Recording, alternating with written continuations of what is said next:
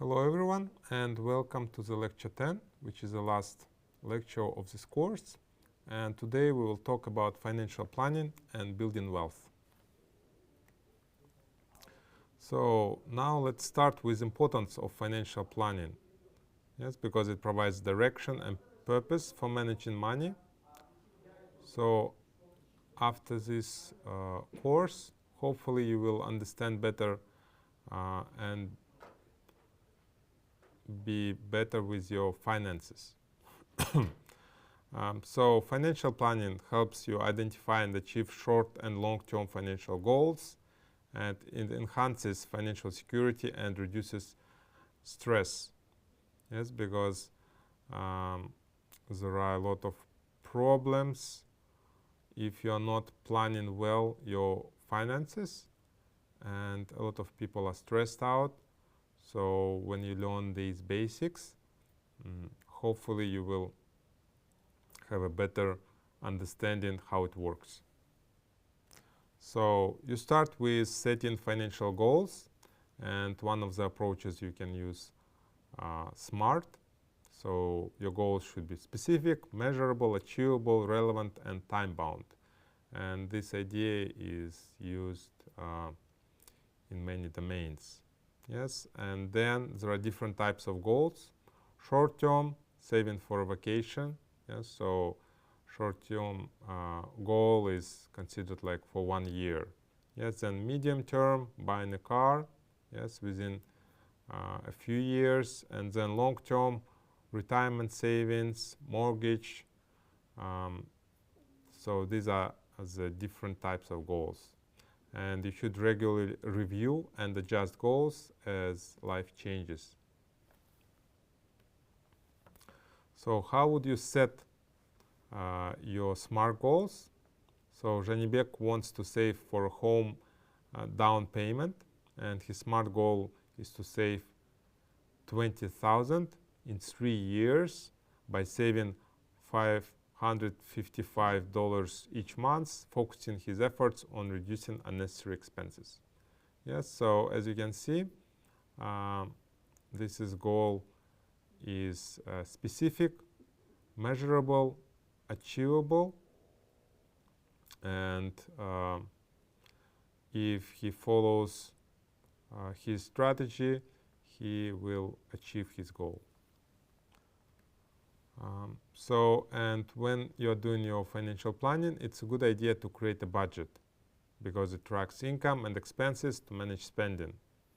And it's a good idea to use 50-30-20 rule. So 50% for needs, 30% for wants, and 20% for savings and debt repayment. And again, you should regularly review and adjust the budget as needed. Yes, as you can see, in this lecture we have the concepts that we've covered earlier, and it's a good idea to revisit these concepts, ideas, lectures, so that you have this comprehensive view of financial basics, so that it will help you to improve your financial situation. So, and here is an example of monthly budget. So Sarah earns $4,000 per month, and she needs $2,000, for 50% for rent and groceries and bills. Then 30% is $1,200 for dining out, entertainment, and then savings of 20%, which is $800, and she's saving for retirement and emergency fund. Yes, so as you can see, all these concepts of this budget rule, emergency fund, retirement, it kind of we are revisiting them and tying them together so that you have overview of these concepts that we've covered earlier. So emergency fund covers unexpected expenses such as medical emergencies, car repairs, and aim is to save 3 to 6 months worth of living expenses. and keep funds easily accessible in a savings account, yes, so that you can spend it when you need it, yes, without any delays. So how do we build our emergency fund? So, and in this example, Yerke has monthly expenses of 3,000, and she aims to save 9,000 for emergencies. So, and by saving 300 per month, she reaches her goal in 30 months. So, and apart from saving, we want also to invest. Yes, so which means that we are allocating money to assets with the expectation of generating a profit. So, and there are different investment vehicles such as stocks, bonds, mutual funds, real estate, and we need to understand the risk-return trade-off. Yes, the higher potential returns typically come with higher risks, and investment is always risky, but it depends what kind of risk you can bear. Yes, what is your risk appetite? So, and here's an example with stocks versus bonds. So Dana invests 5,000 in a diversified stock portfolio, expecting a 7% return, and 5,000 in bonds with a 3% return. Yes, after 1 year, she earns 350 from stocks and 150 from bonds. Yes, as you can see, she's receiving more from stocks. So, because it's a more risky investment, so the return is higher. Yes, and as she is getting older, probably she will shift her investment and increase her part in bonds and decrease her part in stock.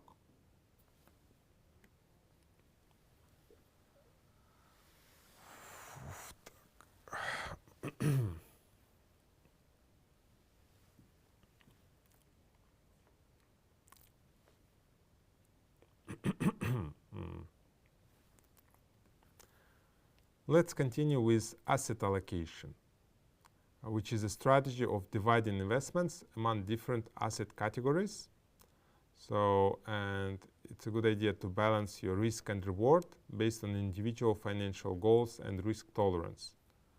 So reassess and adjust asset allocation as life circumstances change, because what you plan is different from what will happen in your life. So as you're getting older, you might have some health issues, and then you should kind of protect yourself by thinking in advance. So, and here is an example of asset allocation strategy. Maksat, age 30, invests 80% in stocks and 20% in bonds for growth. And as he is getting older, he shifts to 60% stocks and 40% bonds to reduce risk as he approaches retirement. Yes, so when you're getting closer to retirement, you want to have less risks and enjoy your life after you have retired. So types of investments. Stocks, which is ownership in a company, potential for high returns but high volatility. Bonds, loans to companies or governments, generally safer with lower returns if you want more stability. And mutual funds, pooled investments managed by professionals, and it gives diversification benefits.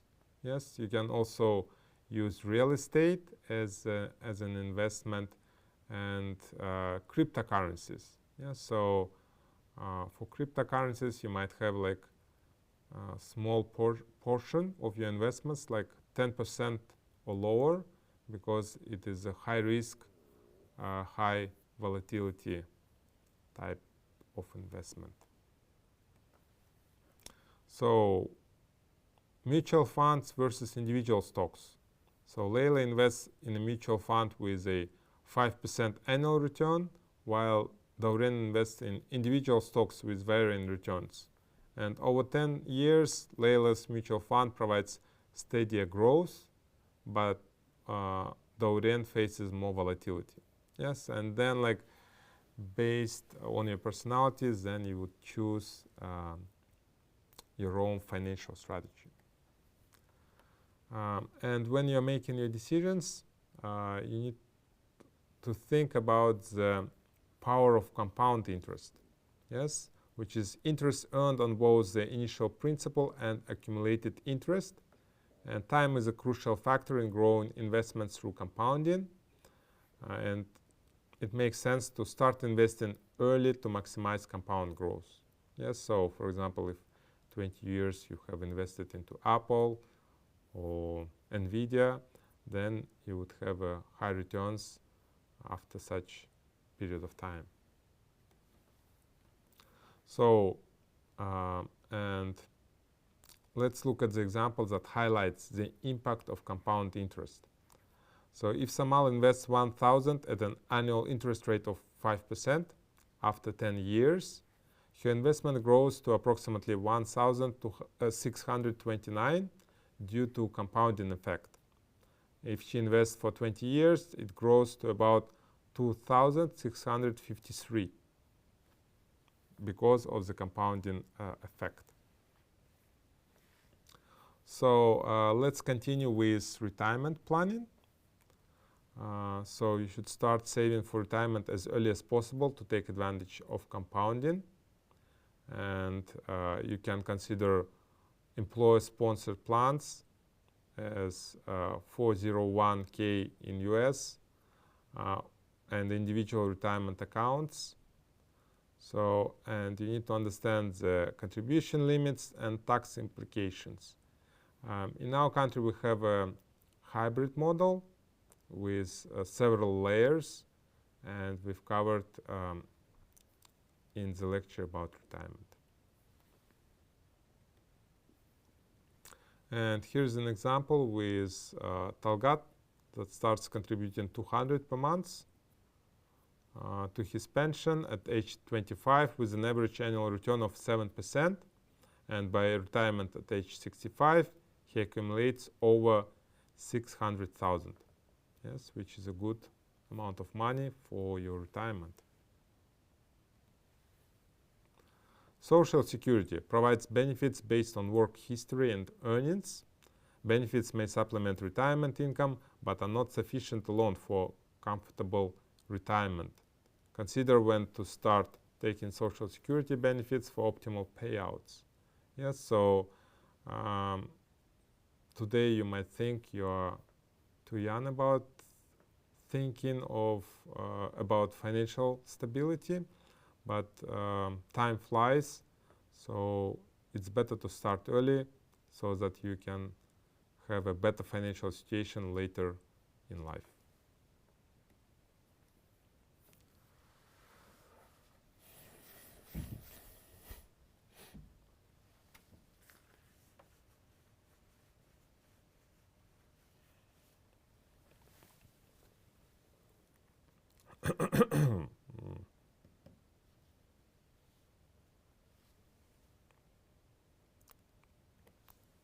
Let's highlight this idea with an example of Social Security benefits calculation.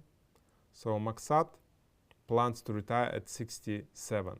His estimated monthly Social Security benefit is 2,500, and if he takes benefit at 62, he receives only 1,800, which affects his retirement budget.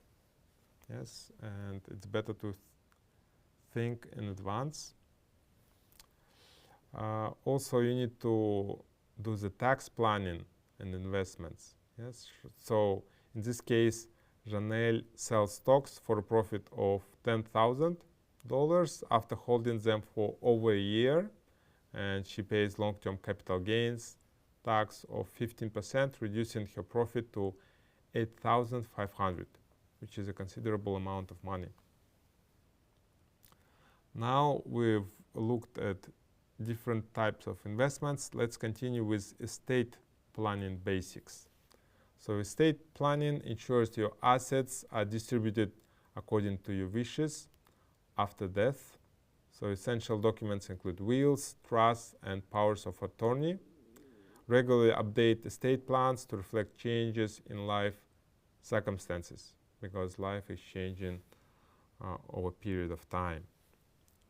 So importance of will. So Dalit creates a will specifying that his assets go to his children, and without a will, laws will determine asset distribution which may not align with his wishes. Yeah, so, and kind of it's an important idea that you should be aware of. Now let's take a look at the role of financial advisors. Financial advisors provide personalized guidance on investment strategies, retirement planning, and risk management. So, and when you're choosing your advisor, choose him or her based on his or her qualifications, fees, and service offered, and regularly review financial plans with your advisor so that you will protect your financial future. So how should we work with a financial advisor? So Layla consults a financial advisor to create a comprehensive financial plan, including investment strategies, retirement savings, and estate planning. And then the advisor helps her stay on track with her financial goals.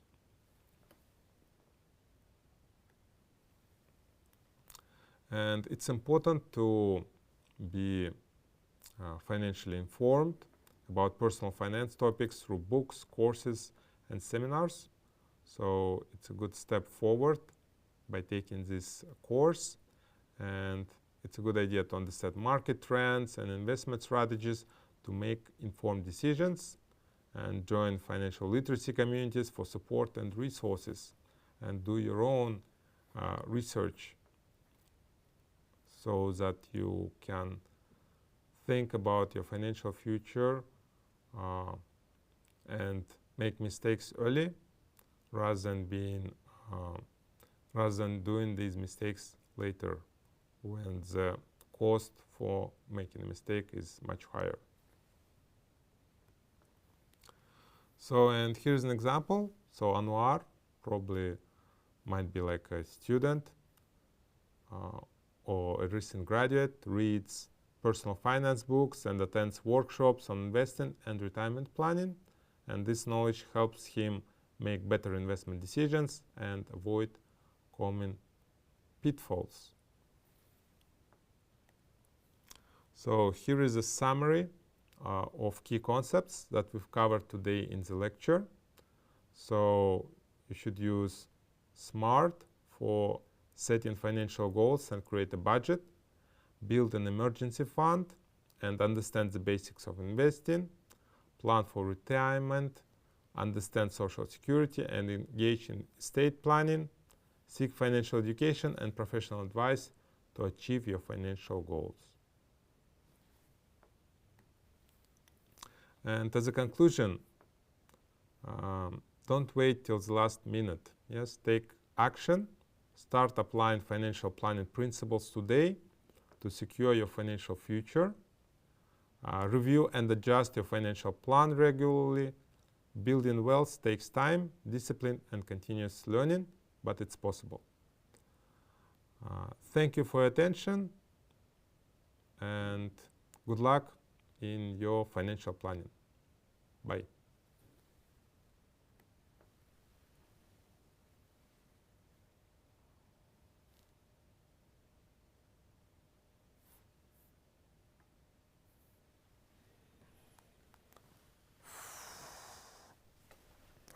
Так.